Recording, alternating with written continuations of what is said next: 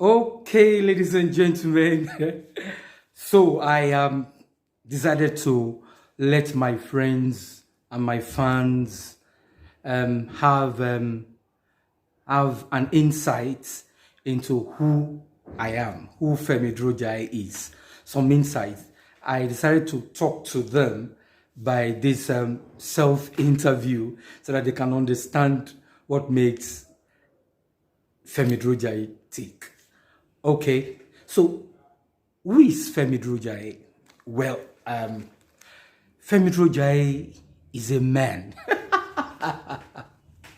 I'm a man, I'm a father, and I'm an actor. I'm a screenplay writer. I'm a film producer, and I'm a pudding director. Yes, I did study directing also. So you can see that's just a part of Femi Durojaiye. And of course, I am a social critic. I comment about current affairs and try to let my voice heard concerning topical issues in Nigeria and all over the world. Right, that's in a nutshell who Femi Durojaiye is. Of course, there will be more. How did I begin my journey into the entertainment world? How did I begin my journey into the entertainment world? Well, it began very early in my life. You know, I was used to watching Kutu Ashipa. To those who are old enough to understand those TV drama, then, you know, I used to watch Kutu Ashipa. I listened to Baba Salah on radio. You know, Baba Salah, incidentally, is my favorite comedian. He's late now, an incredibly prodigiously talented man. You know, he ruled my childhood as a comedian. So you can see that. So I used to go to as a young person, I used to go to Jebaku Cinema, Rainbow Cinema. My parents never took me to the cinema. I took myself. Waiting at the fine, I don't know, you know, but there was this thing in me. I wanted to see films. I wanted to see, you know, maybe I've seen it on television, so I wanted to see the big screen. So I went by myself to Rainbow Cinema, to Jebaku Cinema, to Rex Cinema, you know, to watch films, you know. And at that time, I was feeding unconsciously. I was feeding my heart, my mind, my being, you understand, with dramatic things. They were the things that called me. You know, it is said there is the deep that can call to the deep. Theater called me. More or less, theater called. It has always been in me, you know. So it was natural that I gravitated towards the screen. Now, many years ago, my late cousin, Yinka Iluyomade, no, not Yinka Iluyomade, Yinka Ilesonmi, Yinka Obi Ilesonmi called me that, oh, there was going to be, what's it called, some theater, some film people wanted to do a film. But prior to that, as I was saying, I developed love of the artifacts, historical things, historical objects, very young. I did not know what was driving me, you understand? I just have this thing, this thing in me, you know. So I used to go to the National Museum at Onikon, Lagos, you know. So I go and watch all those old carvings, historical carvings, 7th century carvings, terra culture, you understand, all those Ife bronzes, Ife clay and all that. They held a very special place in my heart, you know. So every time I went back then, those early days, you know, I always see a theater group rehearsing, you understand. And look at me, I've watched television drama, I've watched the best of Indian films and Chinese films at the cinemas then, being a very young person, you know. So, and then at the what's it called, First Act 77, you know, I was there, yes, I was there, I experienced First Act, the stage productions and the rest of it. So I enjoyed those things tremendously. So in 1987 or thereabouts, it was one of those days I went to the National Museum to look at the historical carvings, artifacts, and the rest of them. I decided to approached Mother Africa Theatre Group. That was the name of the group then.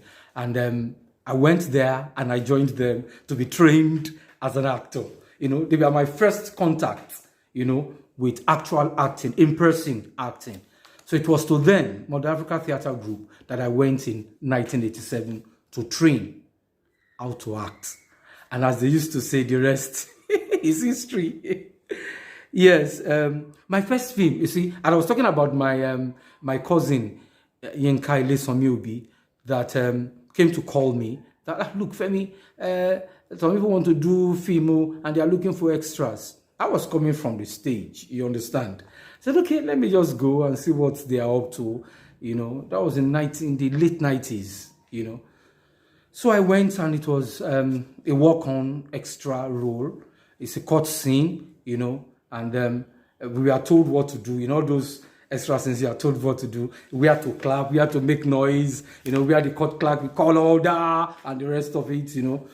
But you see, coming from the theater, I understand story. So I listened to what was going on with the main character. The person that played the main character was, what's his name now?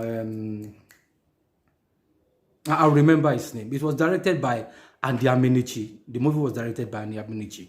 So when the main character, I was hearing what was going on, how the case was going, and I perceived that I'm a member. Okay, Zach Oji. Zach Oji was the main character. There was the lead character. I was following the case, and it was clear to me that I belonged to Zach Oji's family. You understand? So when the case went in his favor and the judge gave a judgment that favored him, you know, everybody clapped and all that. But I felt that as a member of Zach Oji's family, and the court has closed, the judge has stood up, you know, it was natural that I go to him and hug him and shake his hands and all that. And that's exactly what I did. I left my seat. I was not given that direction by the director, but I felt that it was a natural thing to do. I told you I was coming from the stage. So I went there. The camera was rolling, you know. I shook his hands. I hugged him. I congratulated him and all that. We did what family will do.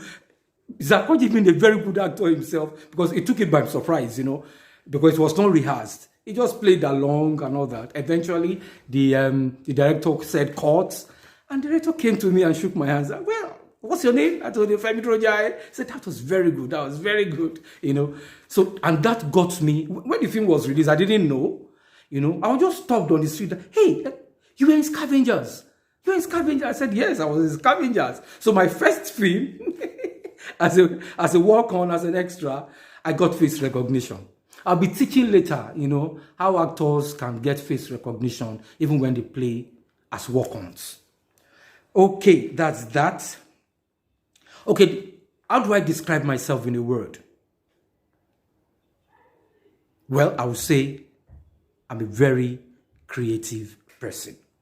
Very, very creative person. Yes, I'm a creative person. Although, of course, I'm a lot of other things, but I'm a creative person.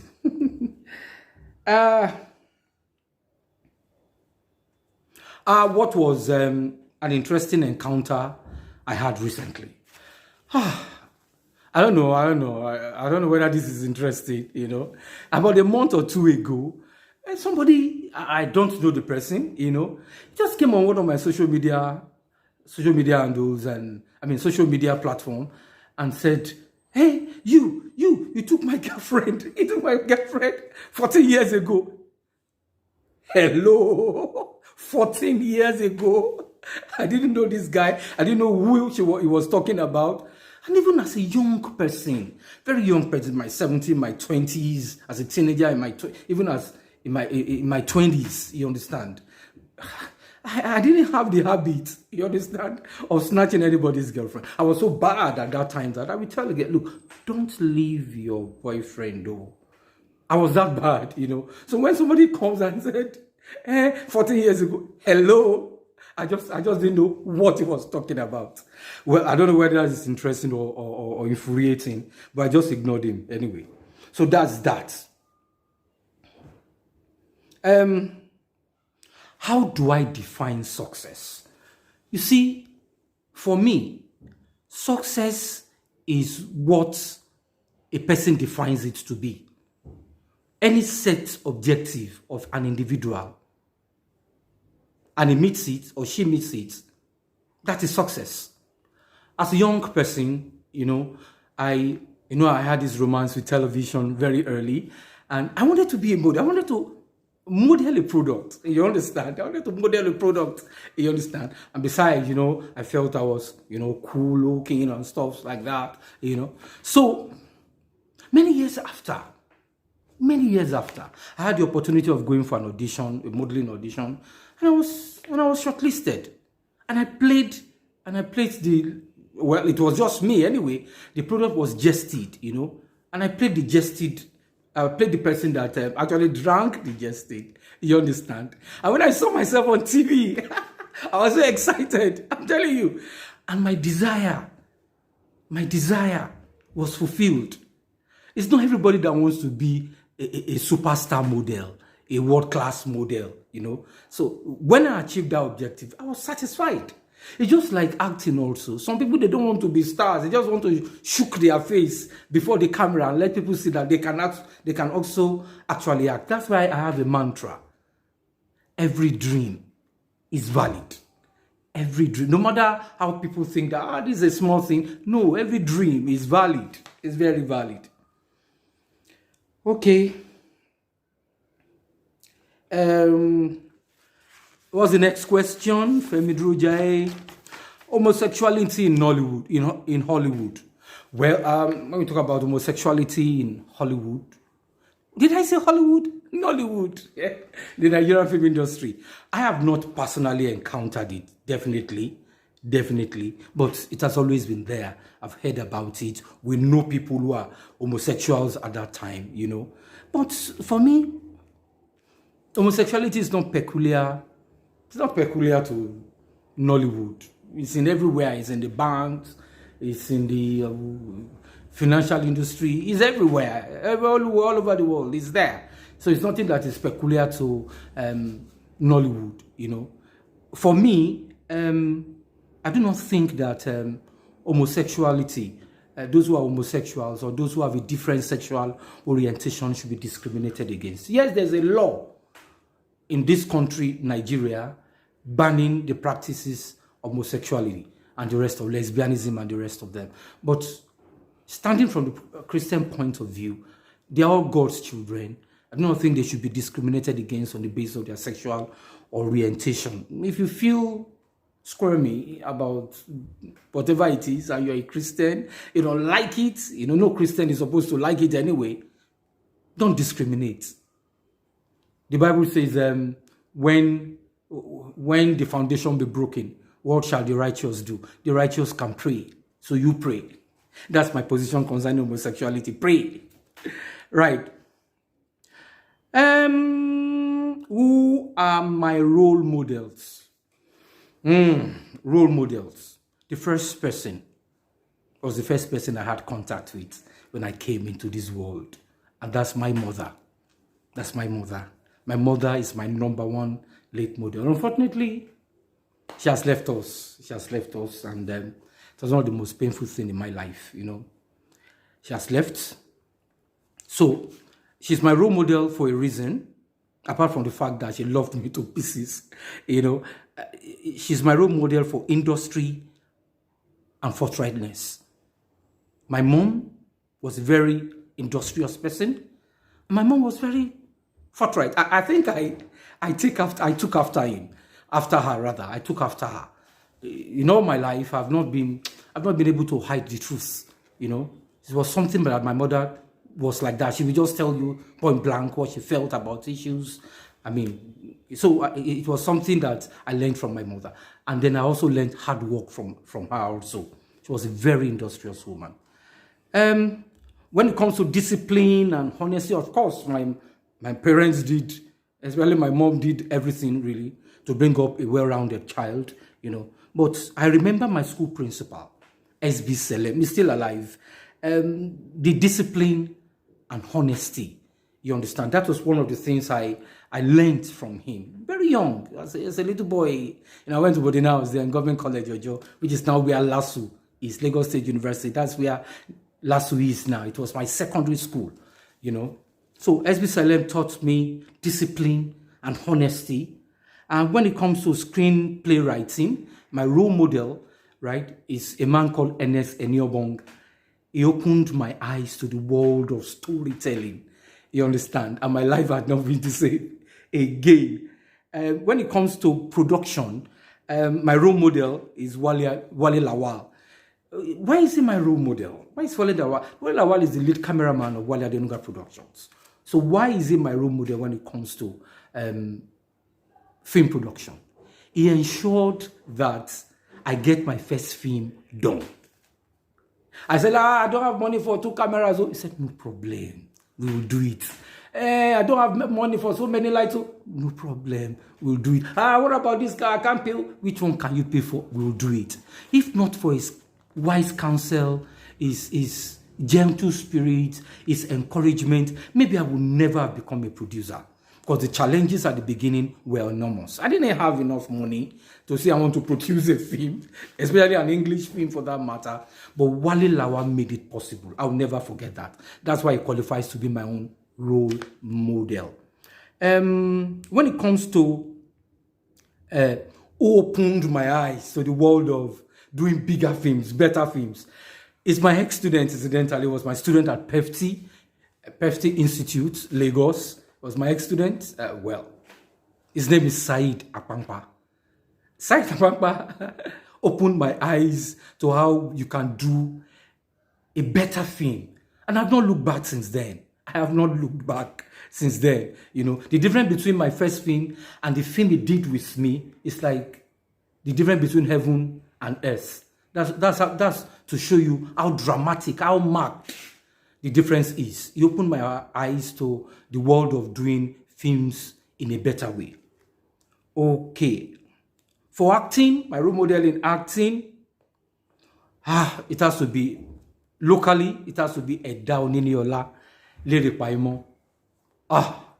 When you talk about prodigiously talented actors, for me, Lere Paimo comes first. Then we have Jide Kosoko, then we have Shola Shobowale, and then we have Babawande. I don't know what his real name is, Babawande, you know. And then for a foreign actor, Denzel Washington is an intense actor. I like people who know their onions. These people I mentioned, Lere Paimo, Denzel, Shola Shobowale, Babawande, they are the actor's actor. You understand? So they qualify as my role models when it comes to acting. Any controversy, scandal? Have I been involved in any controversy? Have I been involved in any scandal? Well, scandal and controversies are the forte of celebrities. Those who have become popular. It's inevitable that they are going to have one scandal or the other. You understand? And more especially if you're a very creative person, it's inevitable that one scandal or the other will come up. Well, if this qualifies to be a scandal, well, it is a scandal then. When I there's a project I copyrighted with Nigerian Copyright Commission called Project 100 Beyond Acting, right? About 12 years ago, you know. The president of Galaxy Television gave me free airtime to air the program. I wrote a copy. I wrote an advert that I acted with those who had come to join me then, paid to join me on the project. You know, we did an advert. So many people came to my office many years back, but 12 years back, you understand? You know, I'd not become internet savvy at that time. So there are some probably social media platforms that had not come online then, you know. So when I brought the project online, you understand, there was a girl called Lala Kinduju that just took the financial aspects of Project 100, a premium platform for actors, you know, and went to town. And she began saying, Femi Durojaiye is collecting money from actors, he's taking money from actors. I just look at this girl. Say, if this girl has any respect, I'm a senior colleague. I'm not a mate in acting, you understand? She would have just asked, well, bros, uncle, what is this that you are doing? I do not understand. And I will have explained to her the summary, the totality of what Project 100 is about. You know, Project 100 is about getting actors and actually giving them, you know, a platform to act, training them on the job and off the job, and introducing them to other producers, so that they can continuously hone their talents. Look, some people pay these people that criticize me just to hear them talk about Nollywood. Actors want to act. They want to act. They not only act on my platform that I create for them. It's a platform where they get to act with Nollywood celebrities. You understand? And in all the films that I have shot so far, some of them have played lead roles. Some of them have played minor roles. You understand? That is what actors want, And I give them that platform. And I charge for you to come on my platform. It's not cheap. It used to be 35,000 naira then. Now it's 100,000. My time is precious. You understand? And this lady went to Tambi. So when I began to release documents concerning the copywriting of the project with the Nigerian government and etc., the noise began to die down. I think they are embarrassed. They are embarrassed now that they jumped into something they did not know. It could have been so easy for them to ask, Egbon, what are you doing? We don't understand. You understand? But they just messed up. Till today, Lala Kindoju has not apologized to me. And I think it's really unfortunate. Well, but that's them. If that qualifies as the scandal, so that is the scandal. That's the scandal. That's the scandal. What art do I mostly identify with? There are different forms of art, but I identify mostly, obviously, with performing art. Yes, it is with performing art that I identify. I find performing art exhilarating, exciting. You understand what I'm saying? It was an art, of course, that captured me from, as I said, when I was very young. I'm also invested in fine art. I collect paintings. You can see there's one right behind me. There's the work of a sculptor right by its side. So I collect paintings. As a hobby. I collect paintings and other kind of artworks. I just love them. What else? You see, where all these things are coming from, I don't know. All I know is that my mom was somebody that used to sing a lot. You understand? I enjoyed her voice when she was alive. She was forever singing. So I did not know much about her life as a young girl, what she did, in the arts as a young girl, So I just find myself gravitating towards the arts. And I don't know why. I just don't know why. It must be from my mom, since she has a natural talent to sing.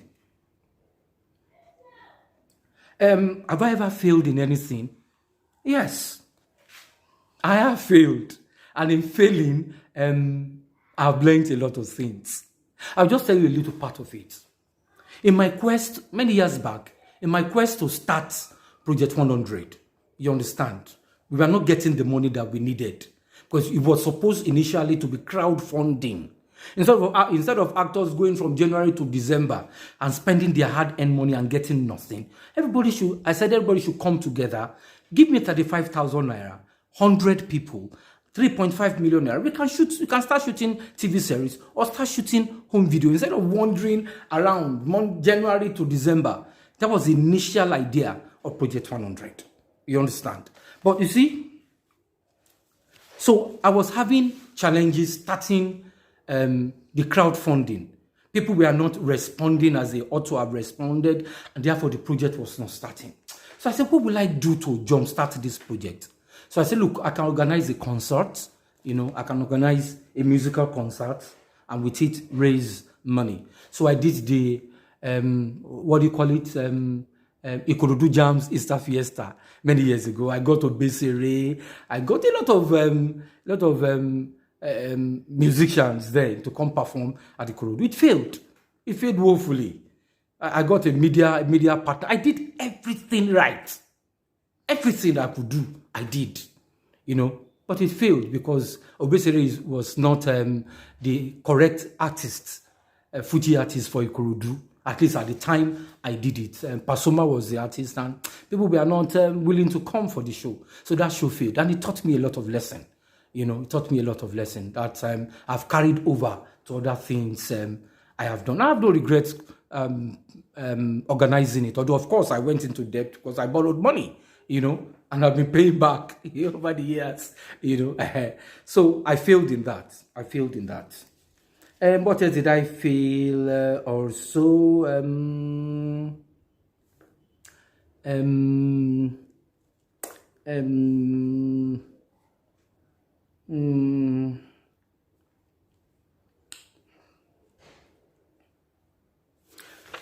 Okay, I think that's about all where I failed majorly.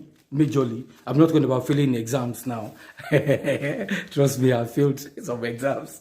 But as a professional, as an adult, I failed that project. I failed. What is integral to the work of an actor? The first is discipline. An actor must take his or her work seriously. An actor that is going anywhere, an actor that wants to be the best, an actor that wants to be recognized, to have face recognition, and to continue to stand as an actor in the industry, you must have discipline. You must be disciplined. You must also be focused. You see, I see a lot of actors before they act, they are talking, they are playing. I don't play. When I get to a location and it's about time for me to shoot, I just kind of block everything out. I concentrate on my lines. You see, okay, I know that everybody listening to me is not an actor, because you say something does not mean it is impactful. So as an actor, I try to concentrate and look at how I can be very impactful with the way I say my lines. I don't like saying my lines. You understand? You have committed lines to your memory and then you regurgitate it. No! An actor must do more. An actor must do more. So I concentrate. I focus on the character. I focus on my lines. I keep, turning it over and over, thinking of the best way to approach delivering of those lines. That's what a lot of good actors do. You just don't say your lines. So an actor must be focused. An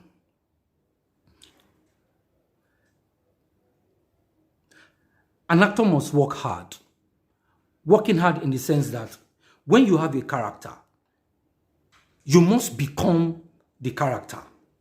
And becoming the character needs continuous rehearsal. You have to, I remember when we did the Saleko, William Benson directed, the directing was very intense. The rehearsal, rather, was very intense. At a point, William told me, look, go and find Idewu. I played the character, the tragic character Idewu was a prince and later king of Lagos. He said, go and find that character. I understood what he meant. It means go and become the character. And when I got home, I began rehearsing on my own. I began assimilating who the character is. Eventually, I became Idewu. You understand? So when I came for rehearsal, I think the following day I had become, there's a way that I say my lines, That's so clearly that I've become the character. It takes hard work. An actor cannot afford to be lazy. He can't be afford to be lazy.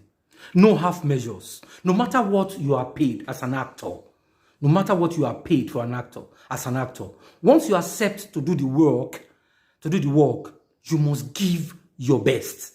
Your fee cannot dictate how you perform. Because the public, your viewers, the public, they don't know how what you are doing. They don't know how much you have been paid. All they are just seeing is somebody performing, is an actor. So no half measures. You give the best all the time. 5-star performance all the time. And what is the integral work of an actor? Yes, an actor must also read widely. He must be a voracious reader. You understand? You must read different kinds of materials. As an individual, you can't have experience in all walks of life. Reading a lot helps you to abridge that deficiency. You understand? Maybe in the course of your reading, you get to know how a doctor behaves, how a doctor talks, how a lawyer talks. So if you want to be a very good actor, and what is integral to the acting as a career is your ability for an actor to read very wide. Yes, an actor must read wide. An actor must also watch movies. See how other actors perform their roles, deliver their character. Some years ago, I think it was a movie. I can't remember the name of that movie. It was about firefighters. They did a great job, and it was a day for their reward and all that. And this particular firefighter was called from where he was seated among the crowd to come on stage and get his reward. He had 1 word, 2 words to say, just 2 words. At least I saw that when he got to say, his line was, "Thank you." From this time this actor stood, the way he walked, to the time he got to the stage, to how he said that thank you, I knew that I was still a learner when it comes to acting.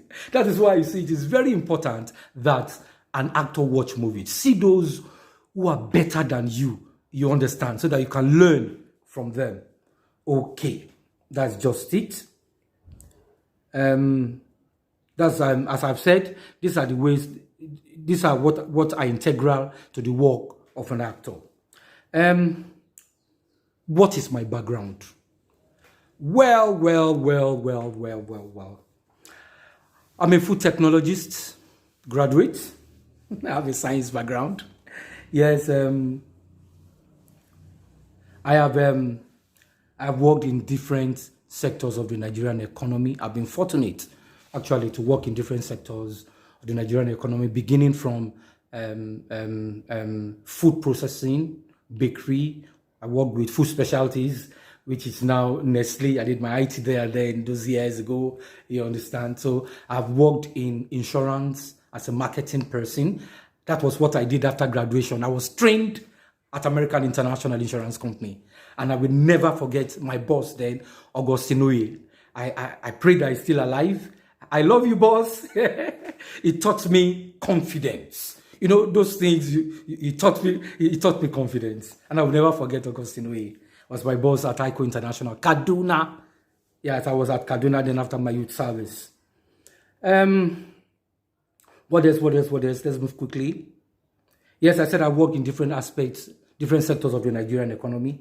I worked in the mass measurement industry, those who sell skills. I was a product manager, you know. As I said, I worked in insurance. I worked in an engineering firm as a marketer, M&E, mechanical and electrical service company.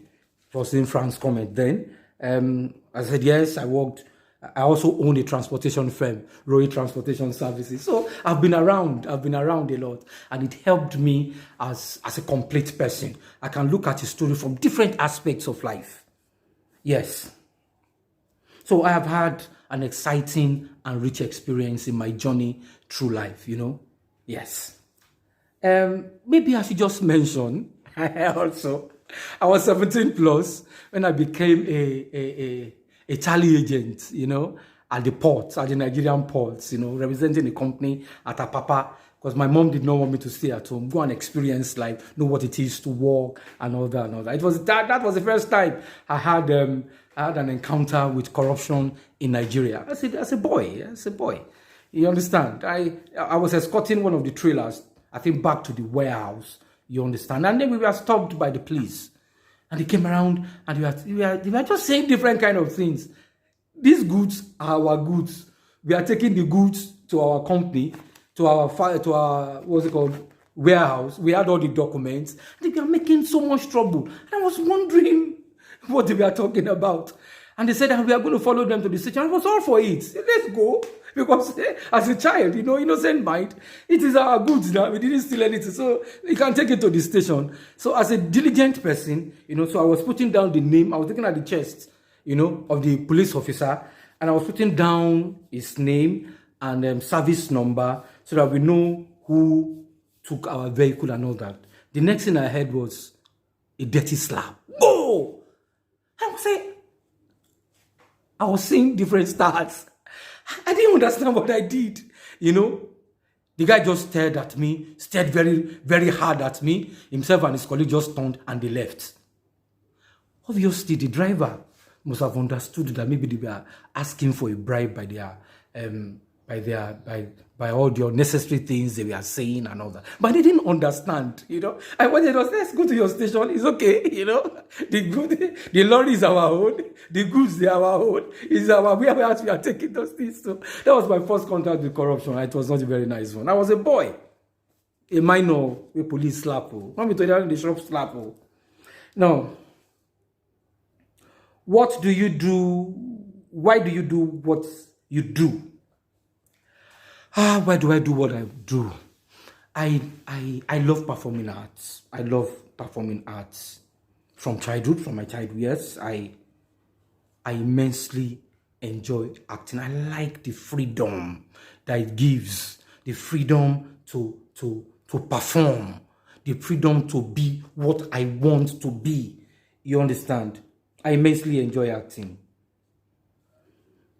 I like writing comes to me naturally, even from school, even before I dreamt of becoming an actor or a film producer and all that. I've always had this affinity for words. You know, I like writing. I love words and the play of words. You know, it has always been in me. As I said, I don't know where a lot of these things came from. You know, but it has always been with me. For film production, I like putting things, you know, as a producer, you have to understand the art of putting all the factors of production together. It comes naturally to me. I'm a natural organizer.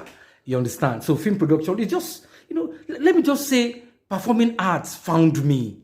You understand? It found me. Yes. I think I was created from heaven for this job I'm doing. I enjoy it tremendously.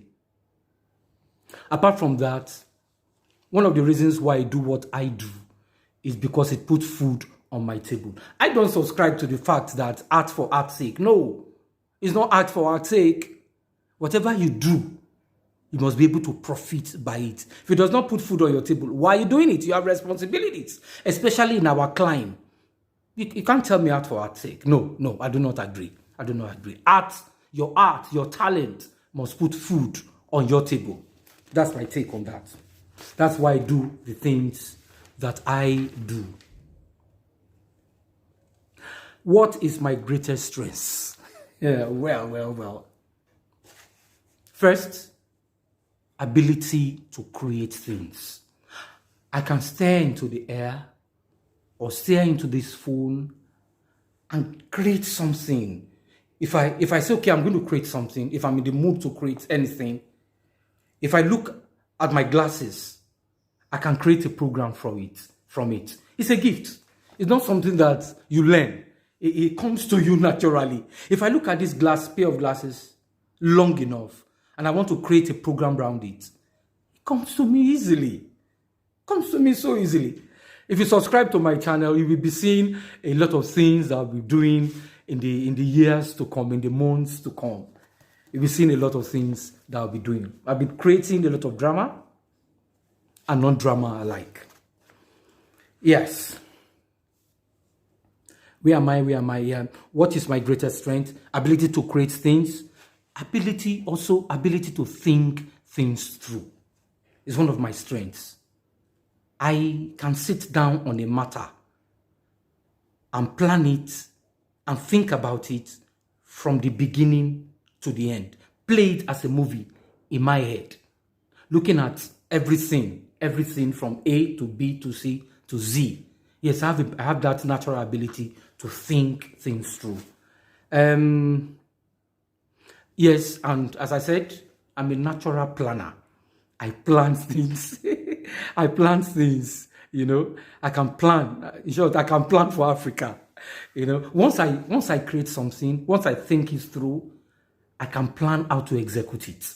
These things come to me naturally. I was not taught to. It's just my strength. Yes. And yes, to execute what I have created. I can execute. I have ability to create. I have ability to think things through. I have ability to plan. I have ability to create. It's a gift. It's a natural gift to me. It's a natural gift to me. What roles do actors like myself play in the society? We are torch bearers. We show the society first a mirror of ourselves. This is who we are as a society. Can we be better? Okay, we can be better. This is the way we can be better. You understand? And this is what we can do. You understand? This is what the society can do. If you take the police, for example, okay, we say police in 2055. We show a police that has minimal corruption, a police that is efficient, a police that is not swayed by big men or something like that. We can show to the society what is possible. We are role models and we are the conscience of the society. That's the roles we play as actors in the society.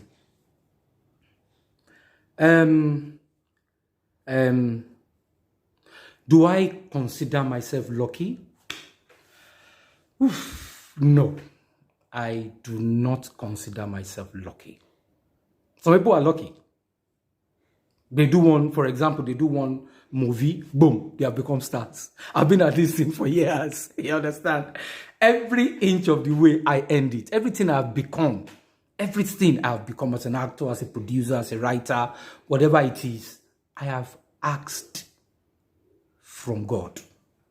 Everything I have asked from God in prayer and in fasting. So I don't consider myself lucky. I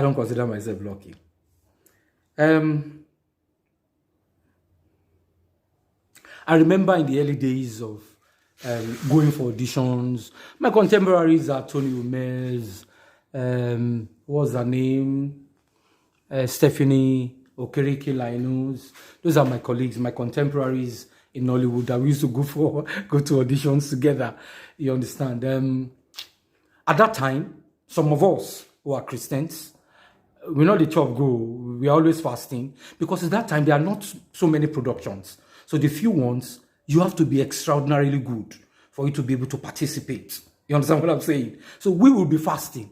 And we are aware that there are some people that go to native doctors to rub powder on their faces, you know, so that people that are calling or selecting, we select them first. So we are always fasting. It was war in those early days, you know. So everything I have gotten, I have asked of the Lord. Maybe that's why my relationship people don't understand my relationship with God. I'm not a church person. I'm a Jesus person. You understand? Church is important. The congregation is important. But I am more of a Jesus person than a church person. Yeah, that is about me. So I don't consider myself lucky. What is my biggest turnoff? I don't like liars. Some people can tolerate liars. I don't like dishonest people. Some people can take it in their strides. I can't. It's the weak link in my character. I can't tolerate liars. I just can't. I can't deal. I just can't deal. You know, the easiest way for anybody to break their relationship with me is to lie to me. I'm getting gradually better. I'm getting to understand that a lot of people are just dishonest and learn to relate with them. You understand that kind of thing. But it has been difficult. I can't deal. I can't deal. I can't deal. Liars, dishonest people, I can't operate. I just can't deal. Okay. What is my biggest turn on? I like intelligent people. If you are intelligent, you are my main person. If I sit with you and your thoughts are elevated thoughts, you'll be my friend for life. Yes, that's my greatest honor. Intelligent people. I don't know whether it's because of my science background, though. I don't know. But I like intelligent people. What is my scariest experience? It's unforgettable. Till this day, I still think about it all the time. I attended for my HND program as a food technologist when I was studying food technology at Federal Polytechnic Bauchi. I did my ND at the Upper College of Technology, Lagos, And I think it was probably the second semester of my HND1. I knew whether it was a promotional exam, I was at maybe I was at the cusp of going for my HND2. Something like that. It was an important exam. It was the second semester or third semester. I can't remember now, but it was a very critical time when I was studying food technology. It was an examination period. And unfortunately, it was during the rainy season. So as we were about to leave the hostel to go to the examination hall, I'll never forget this. God has been with me. So it started to rain. It was about maybe 30 minutes to exam time. Last minute reading, you are rehearsing, you are looking at the notes, all those little notes. And me, when I'm reading, I try to itemize things, what are the functions of water? What is water activity in microbiology, for example? One, water activity enables, is a benchmark for a microorganism being alive. Two, you itemize them so that you can quickly brush through them, read through them before you enter for the exam, that kind of thing. So I have this habit of writing things down, very tiny, so that I can easily look at them. So it began to rain, and it's about 30 minutes to start of exam. And my hall was some distance from the hostel. You know what I did? I can never forget the shirt I was wearing. It was one yellow dress, one yellow shirt, transparent. You understand? So I put those small papers, that I was reading, I put them inside my shirt so that rain would not beat them. And I locked up, I buttoned up, so I kept my head down and ran for it to the exam hall. So when we got there, all the bustling, keep your bags here, had completely forgotten about the papers in my shirt. So we were asked to enter, we entered. At that time, your brain is shadowing. You are red. You are ready for the exam. You understand? I completely forgot about the paper I'd put in my transparent top. You understand? So went in. The exam started.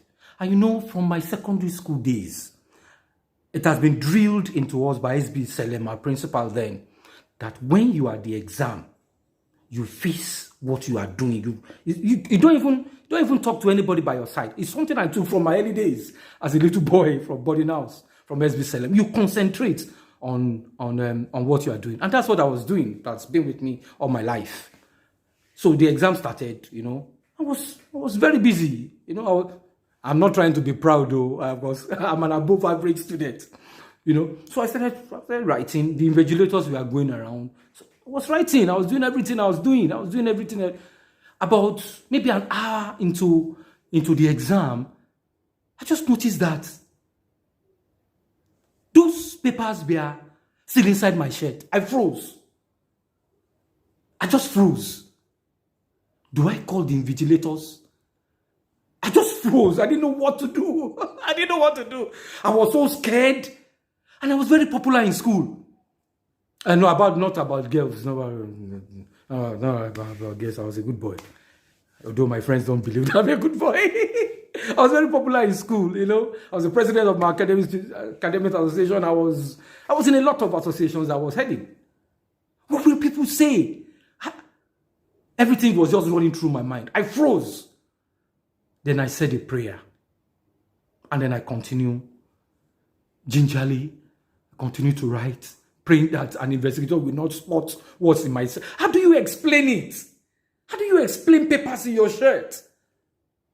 How? What are the papers doing there? What are you going to tell any panel?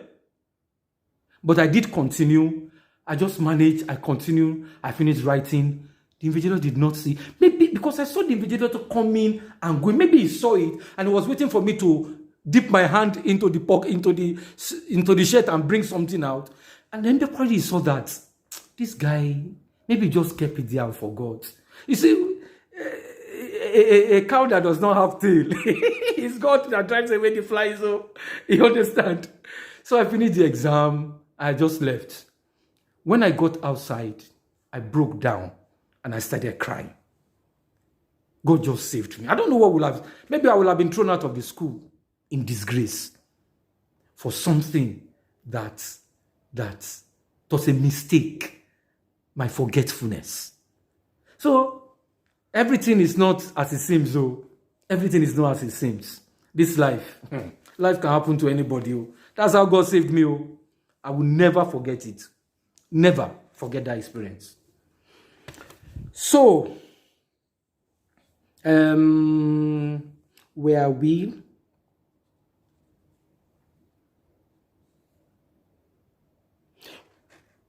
What work do I most enjoy doing? What work do I most enjoy doing? First, I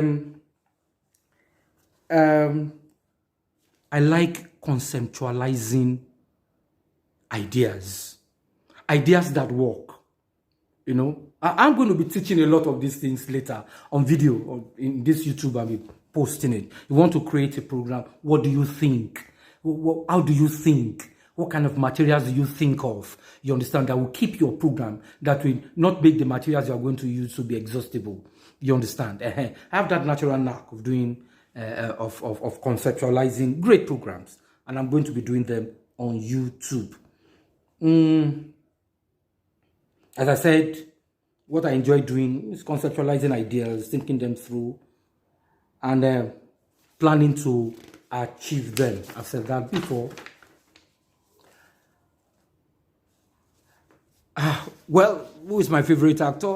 Yes, I've said that also before.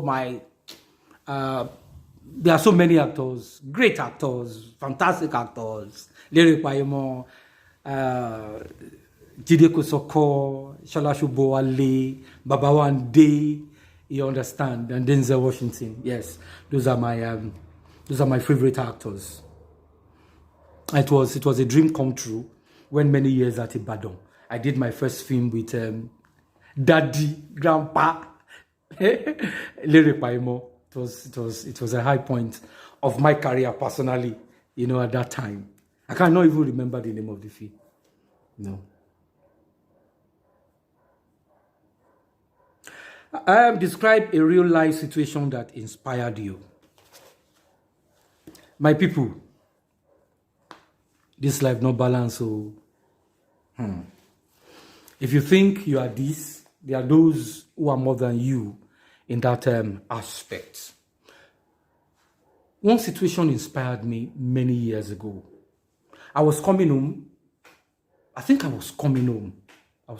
I got to a particular major bus stop, and you see a lot of these young people selling, some of them pure water, some of them, they have this carton, this plastic carton that they put their drinks in, you know, Coke, the rest of them in, and they sell.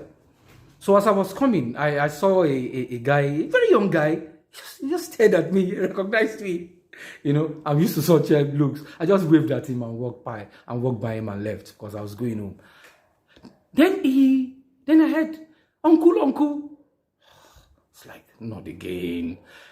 So he came to me and gave me a drink. I said, no, I don't want to buy. He said, no, I'm giving you. This a guy is, I do not know whether his profit for that day is up to the cost of 2 bottles of soft drinks. I refused. I said, no. He kept insisting. I said, look, Lord, just let me pay for it. He said, no. Uncle, I'm just giving it to you. Man, I couldn't cry. So if you think you can give, there are people that can give from the very little that they have. I was inspired. I was truly inspired that day. I will never forget that guy. I'll never forget him. This life. What other work have you done other than being an actor? You won't track. I don't work from being, as I said, from being a tally clerk at the port at 17, working as an insurance agent, publishing and marketing. I've been there. The services company, M&E, mechanical and electrical engineering company, which is the service building industry. You know, when you want to construct a building, you must do the mechanical works, you must do the electrical works. I was a marketer at that time. Yes, I worked in an engineering company. As I said, yes, we used to sell skills too. It's a mass measurement company. And then, of course, food processing company. I'm the food technologist in the first place. Okay, why art? Okay, from a young age, drama has been important to me. I think I've said this thing before. I've watched Kotu Ashipa, I've watched a lot of TV productions at that time. Listened to Baba Salah on radio. I did that all my life as a young person. I went to the cinemas, Rainbow, Jebaku, Rex cinemas as a young person. So art has been bubbling in me. I don't know what drew me. I think art found me. It found me, you know, because for example, the painting at the back, where did that thing come from? I don't know. I just collect paintings and other artworks, you know. And then I said I watched like drama at first start. I don't know where it came from, you know. So my love for the arts have always been there. You know, the closest I can say that love came from would be my mother. I remember my late mom. I remember that she was a singer. You know, growing up, I always watched her sing. I don't think she sang professionally. You know, I don't know much about her early years. Maybe I'm going to ask my aunties, which are still surviving, you know, about the childhood of my mother. So that's the closest I had to the arts, you know, that my mother could sing. My mother could sing very well, you understand? So when I decided to be an actor, right, I followed my passion for the arts, not just performing arts now, because I was not right into it at that time. I love artifacts, as I said before. So I used to go to National Museum Center at Onikon to watch these artifacts displayed, you know. And of course, it was there I saw Mother Africa Theatre Group rehearsing. And when I wanted to be an actor, it was to them, it was to this group that I went, you understand? And as they say, the rest is history. Yes. To the next question, what memorable response have you had to your work? Memorable response. Well, I think that has to be many years ago. This is a very interesting story. Many years ago, right? I was around somewhere in Surulere. I think I was just leaving my photographer's studio or something. I was working, you know. And students have just closed from school at that time, you know. I think this boy must maybe in primary school, maybe in primary 5 or primary 6 or GS1. I can never really tell, you know. So as I was going, they had closed, you know. His mates had passed, and I turned and I saw him. He was transfixed. He was just staring at me. He was just staring at me as if he had seen a ghost. I'm sure he could not believe that this man that I used to see on television, I'm seeing this man in real life. He was just stunned. He was just fixed. He was just, you know, where you say, the guy was just there like that. The boy was just there staring at me. I understood what has happened. You know, I just waved at him and walked past. You know, I'll never forget that experience. That's what we actors, we thespians, we that create things that have become popular. That's one of the things that we don't really appreciate or really understand the kind of effect that we have on our fans, on those who watch us. Really don't understand it, the impact of what we are actually doing. You understand? So that response was, I'll never forget it. Well, let's go quickly to the next question.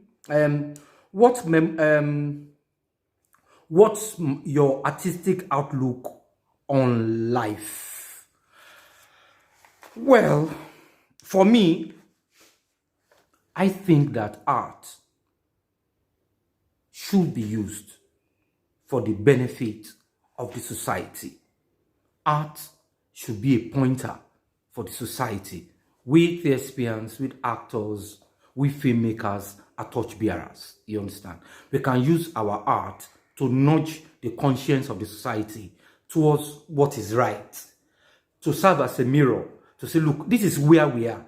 Is what we are doing right? Is this what we want to be doing as human beings? And okay, we say, okay, here is where we are. But we can do this. This is possible, you know. So art, my outlook on life concerning art is that art should be used for the benefit of the society. We must, as thespians, as creatives, as filmmakers, find ways and means to continuously refine the opinion of the society until we get to utopia, if it exists. What else? Yes, and furthermore, I do not believe that art should be for art's sake. We must take cognizance of the society that we live. Frankly speaking, are you going to do your art just for people to appreciate it? What about putting food on the table? What about your commitments, your financial commitments? What about bringing up of your children? Who's going to pay for it? Your art must pay for it. That's my outlook on art. It must pay. Your art, your talent must pay. If you're a painter, your art must put food on your table. If you're a sculptor, your art must put food on your table. If you're a performing artist, your art must put food on your table. As I said, you must take cognizance of the society that you are living in. We are in a third world country, an underdeveloped nation, and you are talented and you have your art. Use it to feed yourself. That's my outlook. It has to be that way. Although, of course, I support artistic endeavors, you know, for art's sake, you know. But you see, your art must put food on your table. That's my opinion. What else? I think maybe we can end the first section of this interview here, and then we take the next section later. Thank you very much for watching. God bless you, and keep watching. Again, my name is Femi Durojaiye, Nollywood actor, screenwriter, film producer, a trained director, budding director, and a lot of other things. I create digital content. It's nice of you to be here, and it's nice of you to watch. Keep watching. God bless you.